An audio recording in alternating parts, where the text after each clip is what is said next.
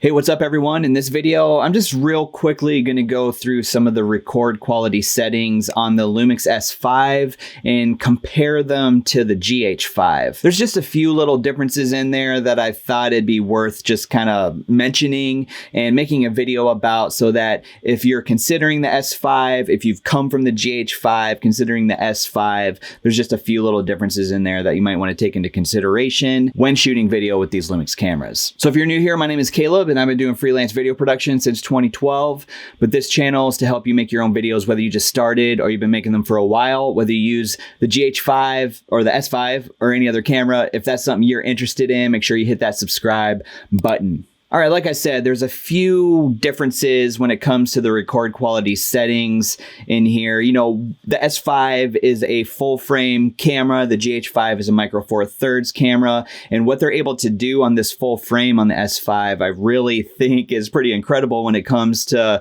some of those video record quality settings. Now, if you're familiar with the GH5, it has, for the past however many years now, been stellar when it comes to actual video shooting. And I prefer the video over doing any type of photography because of that micro four thirds sensor, and it's a very versatile sensor. But some of these record quality settings are very comparable to the GH5 on the S5, and it makes that transition over to this full frame camera pretty simple, I would say. A lot of people say that the S5 is like a full frame version of the GH5, and I would say, other than just a few little things, that's probably a pretty correct statement. So what I'm going to do first is just jump into the menu of the S5 and we'll take a look at some of these record quality settings. Now, if I can go and find where I need to go to get these, that would be great.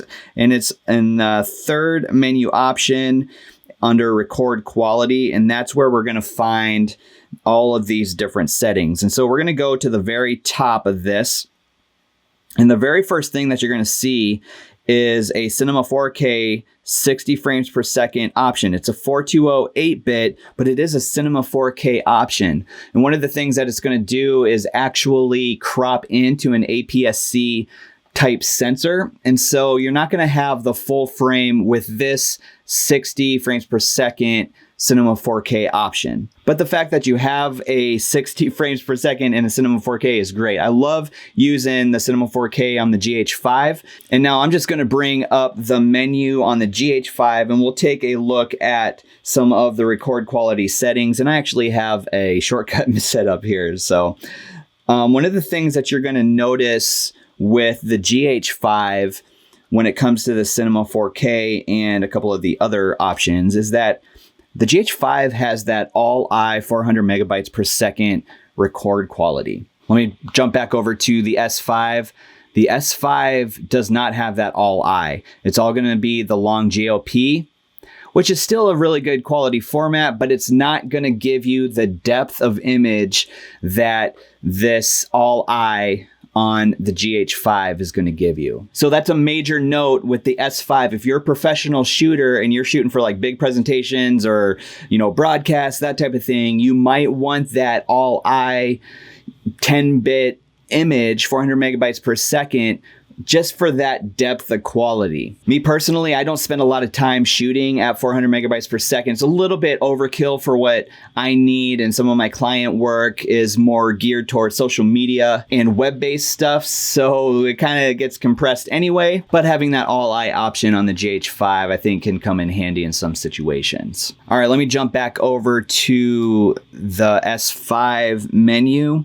And one of the things worth noting is this 4K 60 10-bit internal recording. The GH5, let me go over to that. The GH5 4K 60 is going to be an 8-bit 420. And then to get that 10-bit 422 4K 60, you're going to need to record to an external monitor like the Atomos Ninja 5. So the fact that the S5 has that internal 4K 60 10-bit, it is 420, but it is a 10-bit file, so you're going to have some nice control over that, especially if you're shooting log. So that is one of the features that the S5 has over the GH5. You don't need to worry about recording externally to the Atomos Ninja 5 if you need that 4K 60 10-bit. Now, I will say this, that is going to be a pretty beefy file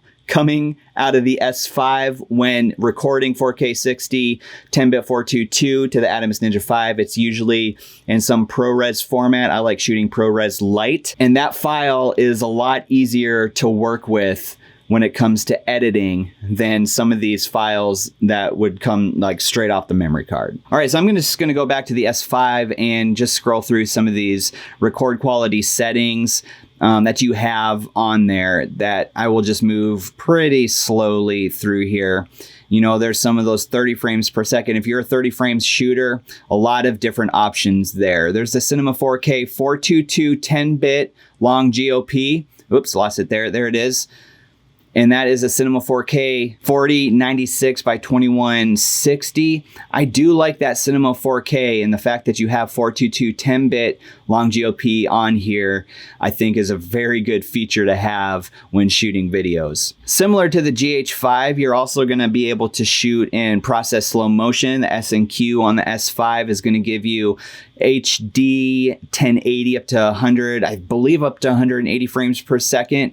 Similar to a variable frame rate on the GH5, where you have HD up to 180 frames per second.